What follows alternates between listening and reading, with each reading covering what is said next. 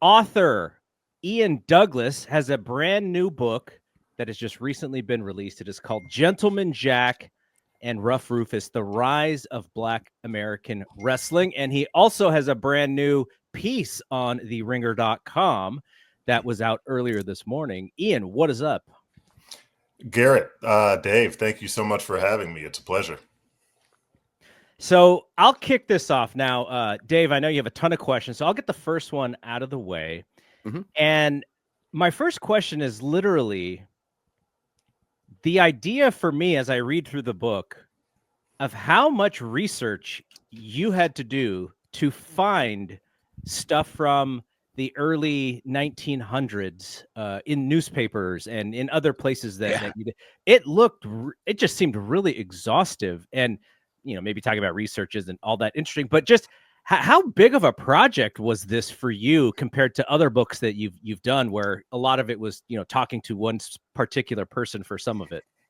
It was quite an undertaking. It was on the level of the of Bohemian Rhapsody, the history of pro wrestling in the Bahamas and the Bahamian wrestling territory, but it was a slog because we're talking about guys whose careers got started in the 1930s and extended in some cases right up to 1960 or at least approaching 1960.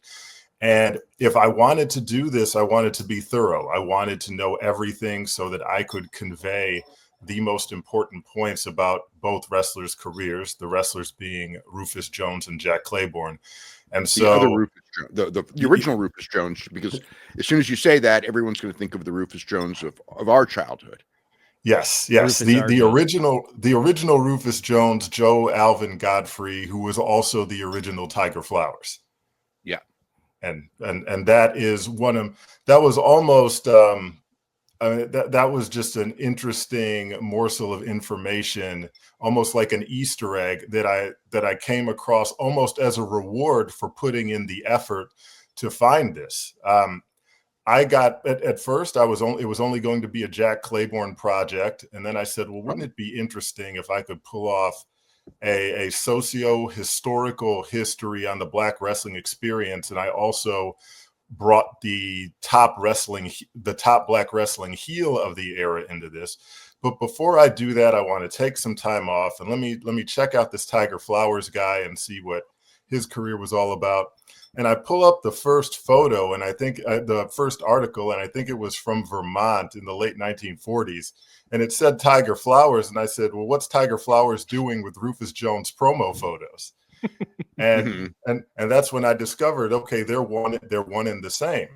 And so at that point, I knew Rufus Jones, Joe Alvin Godfrey. I knew he was a Tiger Flowers. I wasn't entirely sure he was the Tiger Flowers, but I started looking at the information through that lens, and things I knew about him, that he got his start in 1933 wrestling for Charlie Gordon in Massachusetts. He's wrestling Ted Germain a lot. He's briefly the world middleweight champion as acknowledged within that territory. Well, Rufus Jones is giving an interview in Cincinnati. I think it was in 1947 or something like that, well over a decade later. And he's mentioning that he got his start training with Ted Germain, and he was the world middleweight champion out in that area. Well, Ted Germain never wrestled. I don't think he ever wrestled west of Massachusetts. He certainly was never in Ohio, nor was this building toward an angle where he was headed to Ohio. So there was no reason for this to be mentioned if it wasn't true. And it just was this nice little Easter egg that led me to conclude. I mean, there are several other reasons, but this was just one of those that confirmed it for me. Not only was Joe Alvin Godfrey, the original Rufus Jones, not only was he a Tiger Flowers, but he was also the Tiger Flowers that everyone had been looking to identify for 90 years. It's really, the stuff you went through, it's really fascinating because, like when it comes to research of baseball, it's there. Wrestling, it's like to research it. It's difficult.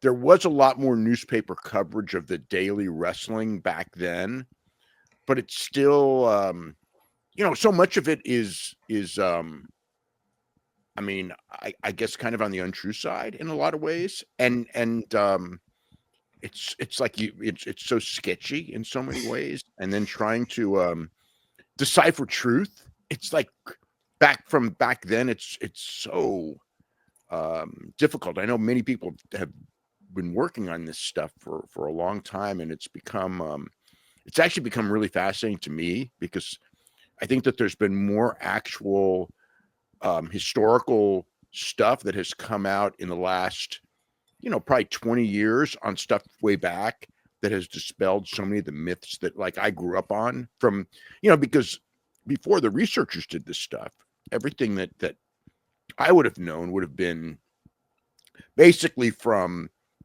wrestlers who heard from other wrestlers about stuff 50, 70 years ago. And I mean, you're dealing with multiple wrestlers, okay? And, memories that go way back, which aren't always the best. And, you're getting something, but, like I know that when I've researched things that I've been told by wrestlers, you find out that sometimes it's bad memories, sometimes it's just total bullshit, right? So it's really quite a difficult subject, especially with trying to research early black wrestlers. I mean, that's got to be even harder. But why did you? I mean, there's other people. Why did you pick these two? I mean, I guess you said you were originally going to go with Jack Clayborn, and he was the first. You could correct me if I'm wrong, but I believe he was the first, what I would call top guy, regional champion for Al Karasik in Hawaii. At a time when there were there were black wrestlers, but so much also in a lot of the states, they had to wrestle each other. I mean, like, and then when I think about the lifestyle that they had to go through in a racist country, that wrestlers themselves in the early days had to go through a tough period, but it's just almost unimaginable when you have wrestlers and then black going from state to state, dealing with promoters and stuff. It's almost like, it was terrible for baseball players, right? So, I mean, with wrestlers, they're lower on the totem pole, you know what I mean? As far as stars go. Yeah. One of the reasons I was so interested in Clayborn was precisely for the reason you mentioned, that not only was he generally treated almost everywhere he went, he was the most entertaining guy in the ring, and he was in the upper echelon of the wrestlers for the most part, even if he was never given a serious crack at a championship. But then he goes to Hawaii for Al Karasik, and he gets over like crazy, goes to Australia for a cup of coffee, heads back to Hawaii, and he's Hawaii's champion for a full year. And there had been a few occasions where black wrestlers had championships, like Sealy Samara, and he got that name because he was the Black Demon George Hodison in Massachusetts. But when he debuted in Montreal, he was Zelis Amhara with a Z. And then when he started getting booked in Boston, he changed his name from George Hodison to Sealy Samara. But yeah, in the case of Clayborn, sorry, I got so many thoughts going through my head. I don't know where I was going with that. But in the case of Clayborn, he shows up in Hawaii, and he's got all the tools to be a top guy. He gets over like crazy. He goes back to the mainland, and pretty much his reign gets ignored in Hawaii gets ignored when he goes back to California, and he's knocked back down several pegs. And then he sort of anoints himself as the traveling black heavyweight champion. And it's around that time that he runs the NWA has taken shape as we know it. He runs afoul of Karasik, who threatens to blackball him right there in print in the Hawaii newspapers. It says that Clayborn will be subject to sanctions wherever he goes. And then you see he ends up getting sanctioned by pretty much every athletic commission in every state he works for the next 2 or 3 years. So I found that story to be extremely interesting. Yeah, I did. Now, I mean, I do remember his name, but I mean, it is really interesting because again, like when it comes to, I mean, and again, some of the clippings, I mean, that description of everything that, like, fast action matches and things like that, but it's so, the talent level of guys back then,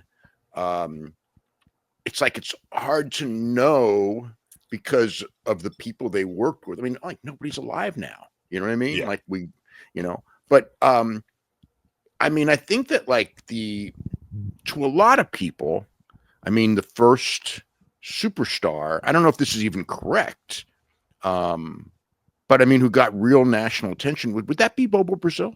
I would say so. I would say so. You have Bearcat Wright gets his WWA title run in 1963, but Bobo he was a main eventer long before that.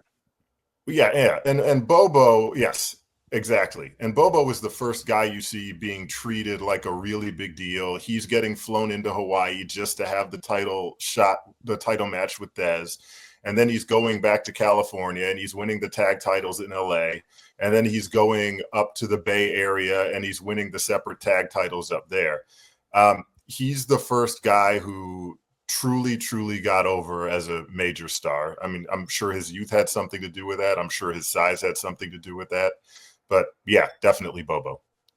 Yeah, because I mean, like, he was always given kind of like that role, as far as being, again, like so much of the time, I mean, in so many states, like blacks could only wrestle blacks, and they and everything. And it's like, and there weren't so many black wrestlers to where it had to be really hard for some of these guys who could only wrestle each other and could never wrestle against the top guys. But Bobo was one who, I don't know if it's because he didn't go, maybe he didn't go to those places often, but Bobo, to me, from the earliest days, was always wrestling, pretty much at the main event level. I mean, and for decades. I've just gotten into the serious Bobo Brazil research. I'm a Michigan guy. He's from Benton Harbor. Right. He gets started wrestling in 1949 as Huston Harris, which is really funny because his real name is Houston Harris, but he's in the papers as Huston, Huston, and wrestling almost exclusively in Benton Harbor, as if they can't figure out who that is. And he ends up getting arrested right around the time he turns heel in Benton Harbor in his hometown in 1950. He ends up getting arrested for non-support. And back in those days, they're also printing his address in the paper. So I'm thinking, well, this is a great idea. You have the big black wrestler in Benton Harbor who just turned heel and he's involved in these riots, and then you want to go and print his home address in the paper. That's right. That's a really smart move. But after he gets done in Benton Harbor, he starts dipping down into South Bend, Indiana, on shows where you've got Luthez, and then he goes on his swing through Chicago, Wisconsin, Minnesota, and he undergoes the name change to Bobo Brazil. And I don't know if it was Luthez who saw him and gave the endorsement and says, this looks like a guy we might want to develop because he's got something, but or maybe it's just coincidental, but it was right around that time when he started to rub shoulders with some serious players in the wrestling business. I mean, the thing that I remember about him and being told about him was, I mean, like his size was very unique for that era. Like he would still be a huge guy today, but back then, I mean, he was a big, overpowering guy, just a really large human, big structure and everything. And You know, because again, even in the clips from the 50s, when I would see him, he just towers over everyone, like, and, very muscular, Mhm. for that era. I mean, like, nobody's on steroids. So you get this guy who's probably, whatever he was, 280, maybe more, and not out of shape at all at that weight. And agile when he was younger too. Mhm. I mean, a lot of people only saw him when he was in his 50s and 40s, and he wasn't as agile. But if you see some of the old clips, he was pretty darn agile. Yeah, in the descriptions we're getting of him in 1950, they've got him as 6'4", 220. So not So it's like exactly good a on weight, colossus back then. What was that? but that's still a good size then. Oh, But absolutely. but Yeah. but but he definitely was a lot bigger than 220 years later. 100%, Yeah, 100%. yeah, yeah. I'm just putting it in perspective. You have Jack Clayborn at times who was legitimately 6'1" and was in phenomenal shape through probably 1944. Like, really had the look of a physical specimen. There are clippings where they're pretty much treating him like he's Lex Luger at 6'1", 205, 210. Yeah, yeah, yeah.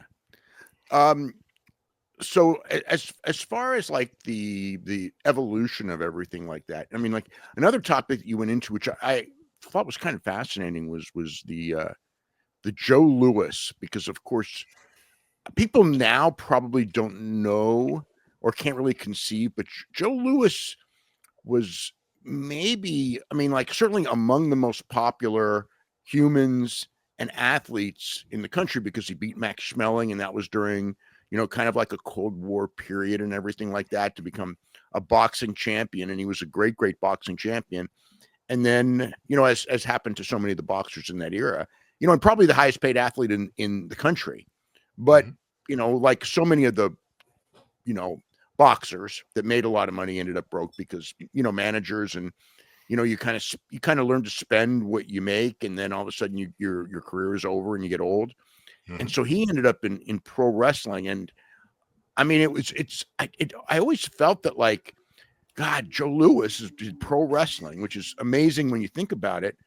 But it felt like he didn't really click in pro wrestling at all. I mean, what did you kind of see on that? He seems completely disinterested. When the sports reporters are interviewing him, he very much comes across as a guy who's going through the motions and who's making it very clear that he's doing this to support his family and to pay back the IRS.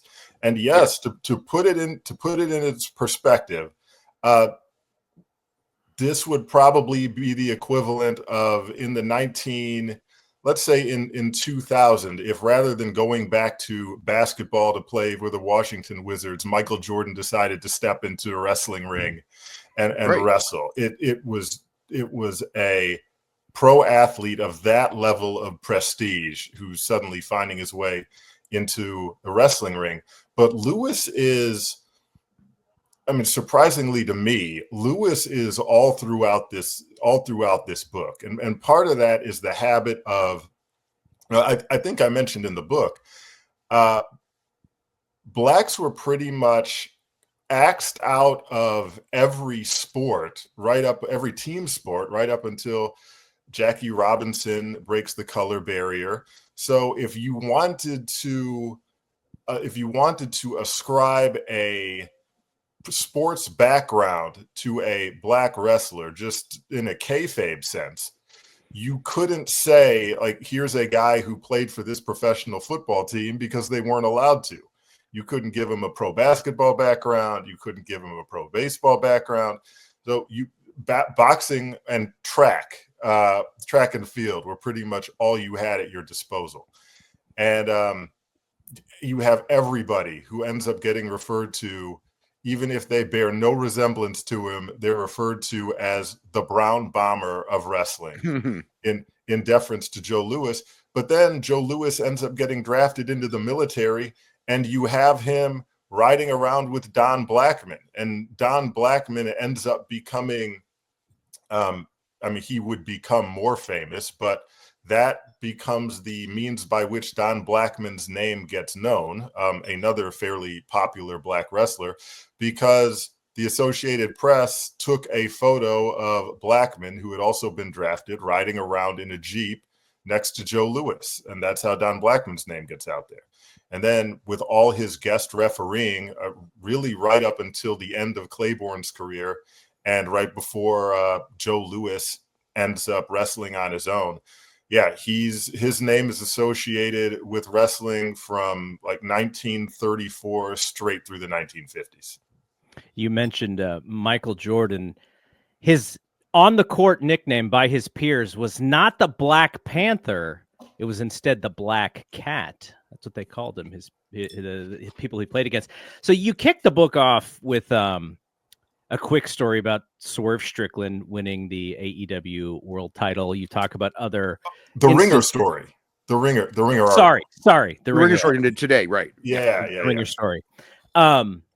And then you also mention Ron Simmons, Kofi Kingston, and I can only look at sort of through the lens of how pro wrestling has treated people of my race and ethnicity. Like Dave and I have had conversations of how I feel that Japanese wrestlers are in some times are treated a little like jokes for the butt of the joke in a sense. I mean, when I was a kid, the Japanese wrestlers were which is interesting because I didn't think about it as much until reading it in the book. I mean, Japanese wrestlers were all I don't say the same, but they were all similar. They all had similar traits, and black wrestlers did as well. But for whatever reason, I don't know that I really put it all together, until you kind of put it all together for me. Like, it's like,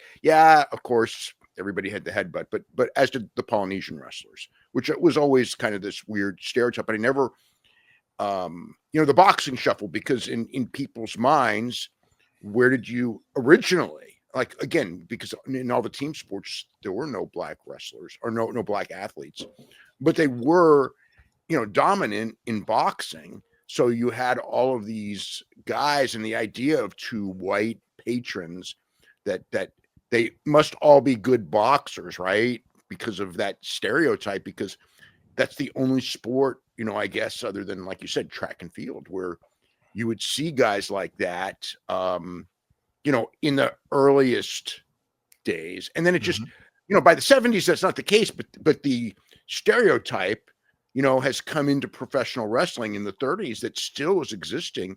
I mean, well into the 80s, really even maybe the 90s, but through, and it's that was really fascinating. It's like they were all, the idea that they had to have, the cornerstone, the great physique, and, the headbutts and the flying moves, right? Mm-hmm. Yeah. And that's, when the reason one of the Hawaii chapters is titled Hawaiian Fusion is because it's Clayborn who sort of puts all of that together. Like, he kind of takes the headbutt from Rufus Jones, mixes it with all of his babyface, high flying, fast paced stuff, and with his height and his physique, which were somewhat unique for the time, he sort of establishes the prototype for what somebody like Rocky Johnson or Tony Atlas would be seen as in the the 1970s, stretching all the way into the 1980s. Right. And then you get to, I mean, the case of Sweet Daddy Siki and rest in peace, the recently departed Sweet Daddy Siki. I'm going through it and I'm looking at it as a case where, like, he's almost like a double tribute act because he has the name of Reginald Siki, Reginald Berry, the original Reginald Siki. And it's also almost a 1-for-1 on the moves of Jack Clayborn. The only footage we have of Jack Clayborn is, I think, a minute worth of footage from a match in Australia that I think is 1950 or 51, where he's 20 years into his career. He's been taking countless bumps on what was essentially in what was essentially a boxing ring. self-imposed bumps because he was throwing dozens of drop kicks a night in some cases and taking the landing on his back. But even then, when you're seeing a broken down version of Clayborn, he's leaping and drop kicking guys in the face who are 6'3" from a flat-footed position. He's doing the no sell where he takes a monkey flip and then he's bouncing up and jumping and touching his toes like Carlos Colon would do in the late 70s and early 80s. So it really is like looking into a time capsule, even in that brief minute of footage. Yeah, I was just the genesis of my question was, since you have been studying this history, how has your mind changed on kind of the evolution of diversity with professional wrestling? That's a very interesting question. I'm also more of an 80s and 90s Puroresu guy. Dave and I got into a mini argument when I interviewed him for a Mel magazine piece earlier. He insisted that Terry Funk was the greatest wrestler ever, and I said it was Jumbo Tsuruta. But you're not wrong either way, as far as I'm concerned. But I've been disappointed by the fact that when somebody who's even a middle of the road to elite wrestler from Japan comes over, like Dick Togo and the guys in Kaientai in the late 90s for WWE, right. They still have to conform to certain prejudicial, racist, in some cases, expectations. And even Nakamura today. Yeah. I mean, realistically, but yeah, that Kaientai, when we think back, that's not that long. I mean, it's 25 years, but it is amazing that they were still perpetuating that role. Like that's the Japanese role. But I mean, like everyone who came here, I mean, the funny part, of course, with the Japanese is that most of the Japanese stars were actually Hawaiian. And then when the real Japanese came, they had to conform to that, the Kinshi Shibuya role. I don't know if he was the original, but he was the original that many of us saw, with the salt and the rice ceremony, and that they all did sumo and they all did judo, and you know what I mean? But yeah, I cringe to think of what Vince McMahon would have done with Misawa. I mean, that's because it's right, and it's a case where if you come over and you're Japanese, I mean, if you're a Japanese wrestler amongst Japanese wrestlers, your gimmick can be whatever you want it to be. If you are a Japanese wrestler in the US, your gimmick is that you are Japanese, and then they develop it from that. Right. Yeah. I mean, like, even here, I mean, the big thing in the 60s and 70s was that those guys were, this had to do with the economics. They even did this with the JTEX Corporation, and we're talking in the early 90s, late 80s.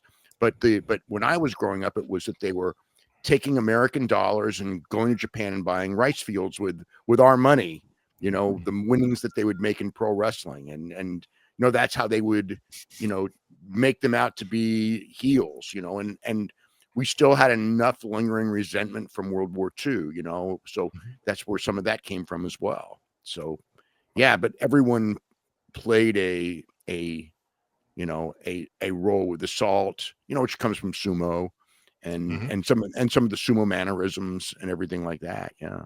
I mean, I don't think Okada's current character is degrading in any way, but it is a one-note comedy promo for who I watched as like really like the king of pro wrestling of the last 10, 15 years. And so, it's just interesting how I get it. It is a television show. It is an event. And so you play to some of that stuff because you want the differences in the characters.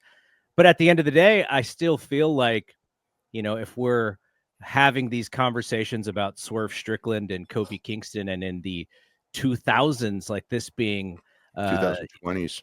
Yeah, this being a crazy landmark because we have African American champions. It just seems like we're so behind in that area. Imagine. I mean, like, different parts of the country were different. So, I obviously grew up with wrestling here, and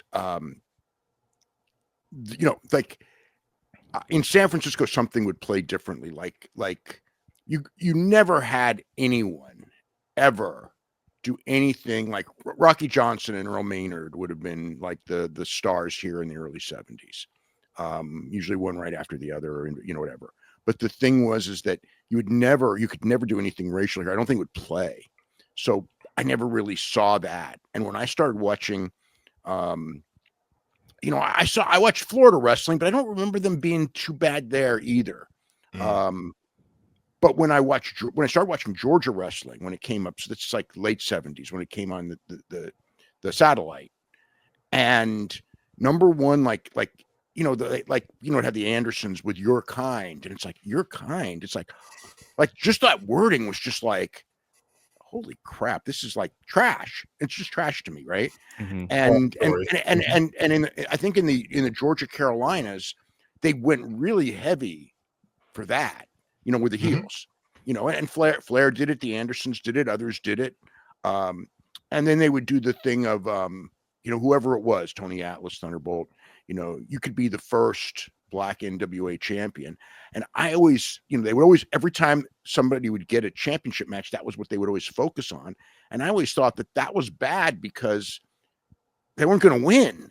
And how many, you know what I'm saying? It's like you're taking this, and then it's almost to me like you're emphasizing how backwards you are, because we're in this period, by that period where every sport was integrated. I know wrestling was integrated before these other sports, but it was like wrestling still back in that era playing on that, because you would never hear that type of language watching, an NBA broadcast or a baseball broadcast. And I just thought, like I said, I first started seeing this in the late 70s, and it still existed in the 90s, but it lessened. But it was like, yeah, like I just thought, like, how far behind is this business in certain parts of the country? And even when you study it, like how long it took, even like I wrote in the foreword, it took till 1966 before a Black wrestler ever main evented St. Louis. And that, St. Louis was like this wrestling capital, and there were plenty of great Black wrestlers, notably Bobo Brazil, who was an international star. And it took till 66 to get one in the main event. And it's kind of like, while there were Black stars in wrestling earlier than baseball and football and basketball, or NBA basketball or whatever, but it's almost like it didn't progress anywhere near as much as everything else in the world, it felt like. Yeah, so a few great points there that I can speak to. I think it was 1943 or 44 where it's in the book, where Mushnick brings Clayborn and Jones into St. Louis when he had the split with the gentleman who he had been promoting with, and the name escapes me at the moment. Yeah, Tom Pax. Right. This would have been his pre-World War II when he first started out, when he was not that successful as a promoter. He became successful after 49-ish was when he really started having success as a promoter. Right. And one of the things that he was alluding to even then was that this match was a great success, and he wanted to see more Black wrestlers appearing on his cards. And that was back in the 1940s. With respect to sort of teasing title wins by Black wrestlers in the 70s, 80s, and 90s. In the book, when Clayborn is wrestling for world titles they're really regional titles, but when he's wrestling for world titles in Ohio, they're teasing it right there. If Clayborn wins this match, he will be the first of his race to successfully win a world title, which, wasn't necessarily true, because Gordon had titles on Black wrestlers earlier in Massachusetts, but it's a great story to tell in Ohio to try to draw a crowd. And I did a longer form piece for Splice Today, really looking at Black wrestling representation in the 1980s. I was looking at it through a number of lenses, but one of them was title wins. And after the Soul Patrol has their championship reign with the tag titles, the only other Black wrestler we see, the first Black wrestler we see again with a title belt, is Virgil with the $1 million title. And if we consider that unsanctioned, then we go to Men on a Mission with the tag titles, and I don't even know if they made an appearance on television with them. I think that was a house show win, and they dropped it right back. And then I think we go to Ahmed Johnson. So it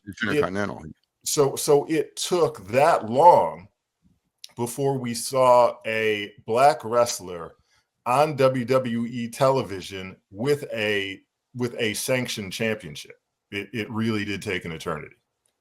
Yeah, I mean, that's where it was always behind. Because like when I was growing up, I mean, one of the very first champions when I was a fan was Rocky Johnson. And then when we went to California, we saw Earl Maynard and Dory Dixon. So it wasn't, to me, that wasn't unusual because I saw it everywhere all the time, right? But yeah, you're talking about WWE. And then later I found out when Rocky left here and then went to Georgia and Florida, and he was the first Florida and Georgia champion both. And I'm thinking, like, this is the 70s and he's the first. You know, what about Bobo Brazil? Wasn't he a superstar when they were Bearcat Wright? You know, it's like, what about Luther Lindsay? Luther Lindsay, yeah, who was a great wrestler. Yeah. But I mean, Luther Lindsay was a star in Oregon. Absolutely. You know, and I mean, other places, I mean, Carolinas and everything like that.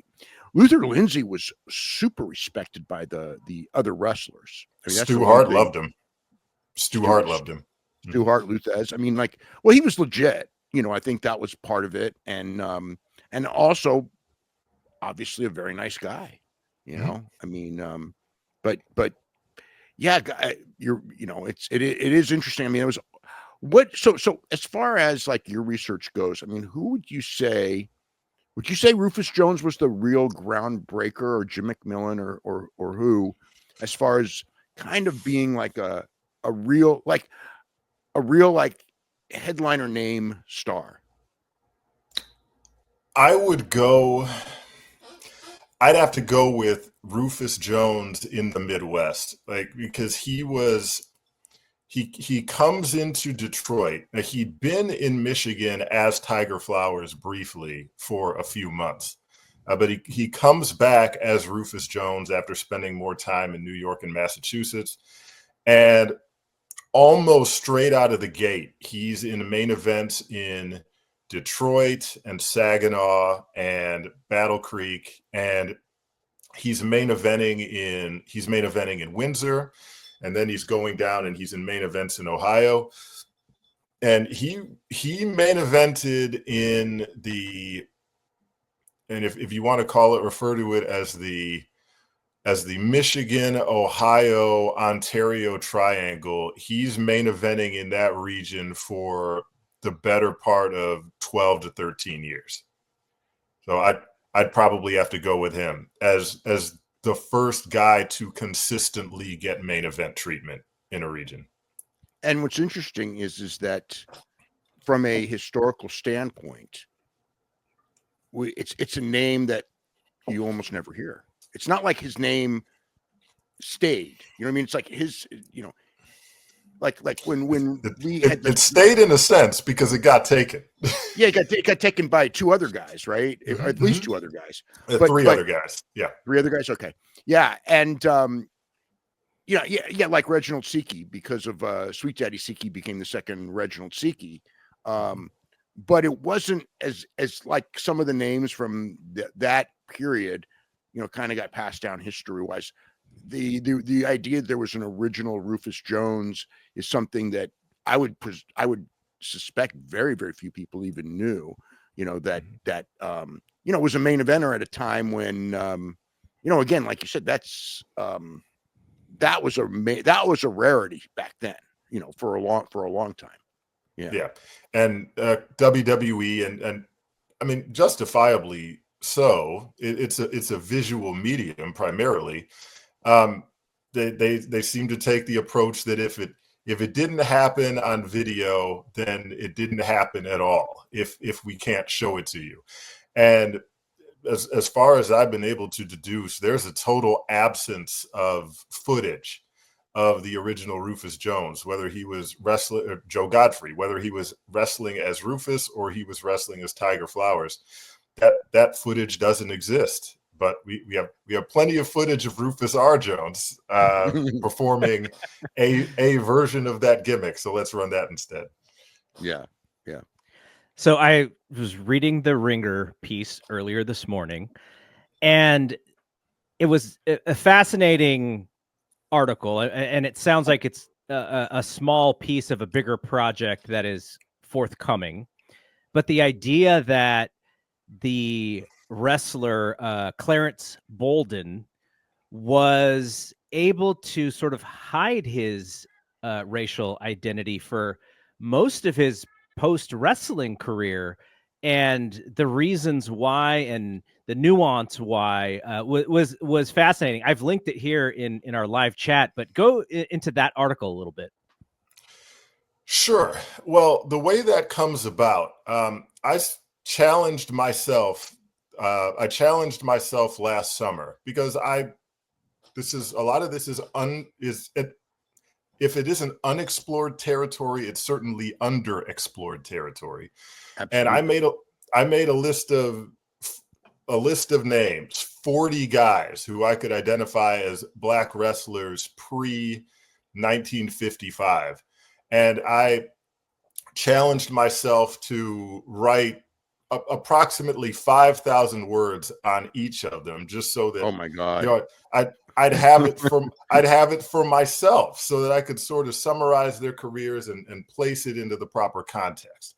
So at least I would know. And if some larger project came from that, then so be it. So I got on the subject of Illa Vincent, who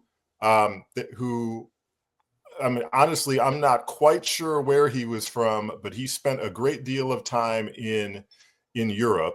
He spoke fluent German. He shows up in Chicago in 1913 or 1914, and the press is mocking him. They're referring to him as a smoked German. Mm-hmm. And finally, it seems that they settled on Cuban as an identity for him. Probably because it just simplified matters, and that was easier for fans to understand and accept that this Black wrestler might be from Cuba, even though he's speaking German and not Spanish. And in the midst of the writing, they're saying, well, he's the first Cuban wrestler since Clarence Balden. And so I sort of, I made a note and I said, okay, I need to follow up on this Clarence Balden guy to see what the deal is. And one of the first articles I found said, well, Clarence Balden is a pure-blooded Negro. And I said, really? Hold on. And I pull up photos of him and like, okay, well, that's ridiculous. He's obviously not a pure-blooded Negro. But where is this belief coming from? And that's when I start digging, and I pull up his pre-wrestling past, where he and his brother are repeatedly getting into trouble with the law in Kansas City. And they're and you can read it in the article, but they're being misidentified. As they're committing crimes, they're being misidentified as white men, and the paper is making note of that fact, and then in the minds of the writers, properly relabeling them as Negro, air quotes. So I'm saying, okay, well, that's very interesting. And then I start digging into the census records, and I say, okay, here he is in Kansas City in 1900, living with his wife, his mother-in-law, and his brother-in-law, and everyone in the house is identified as Black. Well, okay, in Missouri at the time, it would have been illegal for him to have been married to a black woman if he was white. So that settles that, and then I find the marriage record and everything else. So you have another couple instances during Bolden's career and then after his career where they're saying, yeah, he was Negro, he was black, but it doesn't really stick. So I enjoy the pursuit of this sort of knowledge, and I like to be able to put it all together. And I was able to find online, because there was probably some Bolden family members who were doing some genealogical research. I was able to find a photo of his mother, who was clearly black, who the Ringer opted not to run that photo, but it's there. So we also have some sort of visual confirmation. And in the face, Bolden looks almost exactly like his mom. How often do you think that there were people who attempted to do that, whether to get into, I mean, I'm not even saying get into sports, but just to be in life because of the racism that existed to such a big degree? And I mean, one of the things you had written this a couple years back about Angelo Mosca, Yes. who was, and it's like, and I don't think, other than people who've read your article or people who have talked to him, because when he was much older, he did come out and say this, but he hid it, pretty much his whole life, that Angelo Mosca was what, half black, right? He says he was a quarter, but we can certainly say significantly black. It caused him significant hardship during his youth. And once he became famous, he went out of his way to hide that fact. Absolutely. Yeah. Until he was much older. But I mean, I find that kind of interesting because, like there's that, where, like Clarence Balden and everything like that, where, there would be people who would try to hide that just for career or just living in general back then. And that becomes that's a really weird thing. That's got to be a really weird thing mentally to deal with your whole life, don't you think? Yeah. Oh, of course. But one of the things that got cut out of the Ringer article, and I have to give a shout out to Cal Davenport, my editor over there, and who always makes the right decisions. Shout out, Cal. Yeah, the original piece I submitted was 4,000 words. And my buddy Oliver Bateman, who's the best all-purpose writer I know on all subjects, like he even chipped in with some content. Like, okay, Ian, here's this alternate opening and here's this alternate ending if you want to go that route.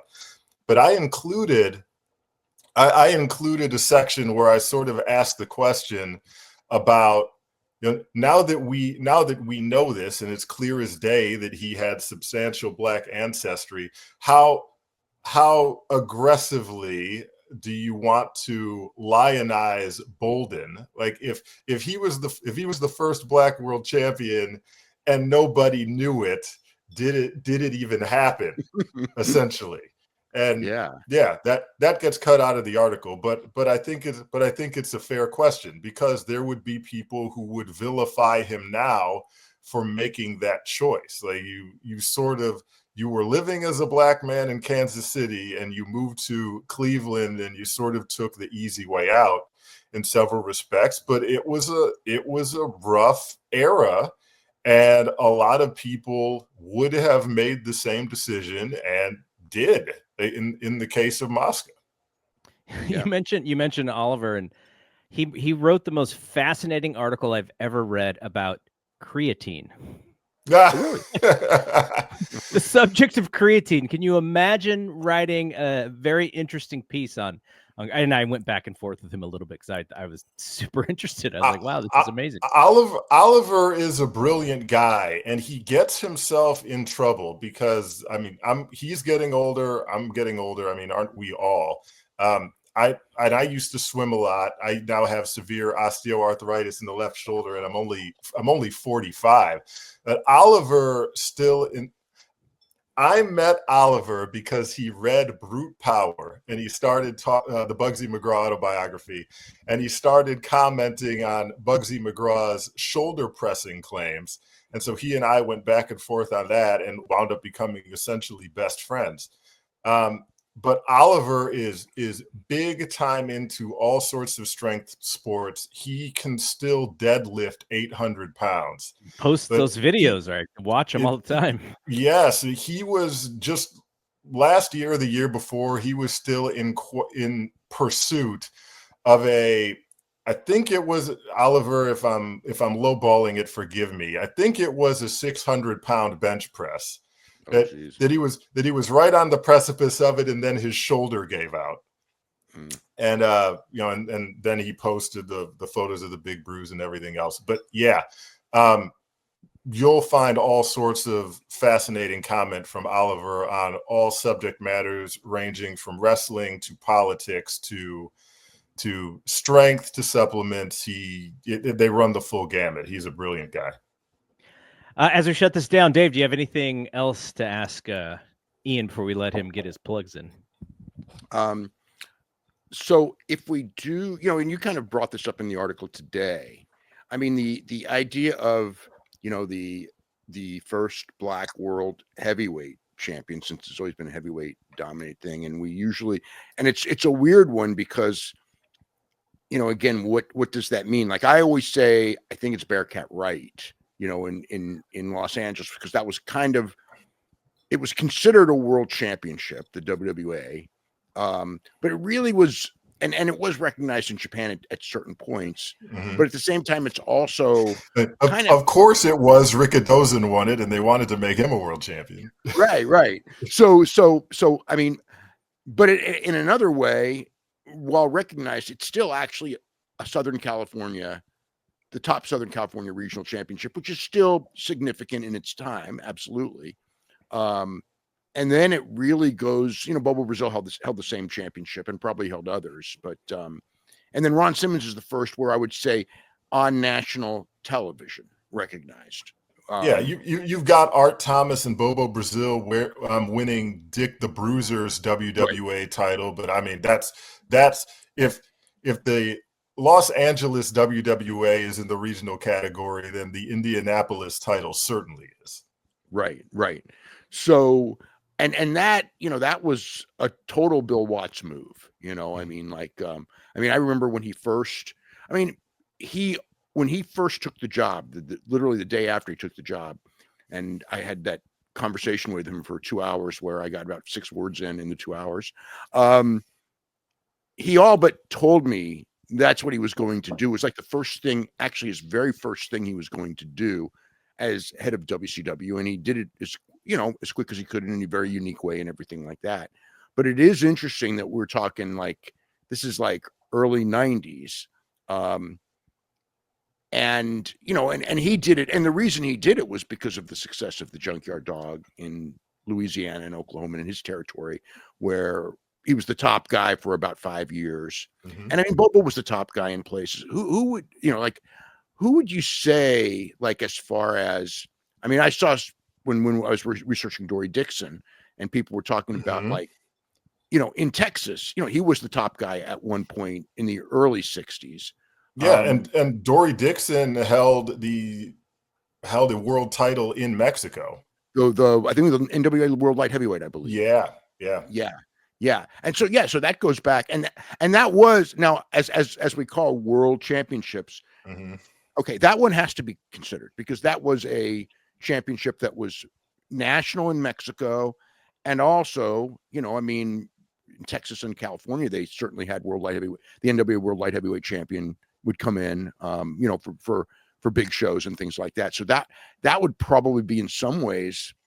So would he be the first as far as a real sort of touring more than a regional world champion? I would love to say that he is, because he was also a fantastic wrestler. So if we're siding with, if you're throwing your hat behind Dory Dixon, I'm all for it. Okay. Yeah. All right, Ian, I will link the book and the Ringer piece in our write-up here, but let I just people want to know. tell everyone, like his book is really fascinating, and more than fascinating. I find that work really important because it is, like mentioned, it's very covered. It's a very undercovered story, and a lot of those stories are things that we really, I almost go like we need to know. We really do. I just think with certain aspects of history, I'm always like this because I was a history buff who was never taught anything like that, because it really, and soured me on the history that I was taught in a lot of ways. But I think that like what you have researched is so important that it exists and that people can see it. I really find that. So I wanted to mention that about the book. Yeah, Well, and thank you so much. And I want to thank you publicly and openly for your willingness to participate in it.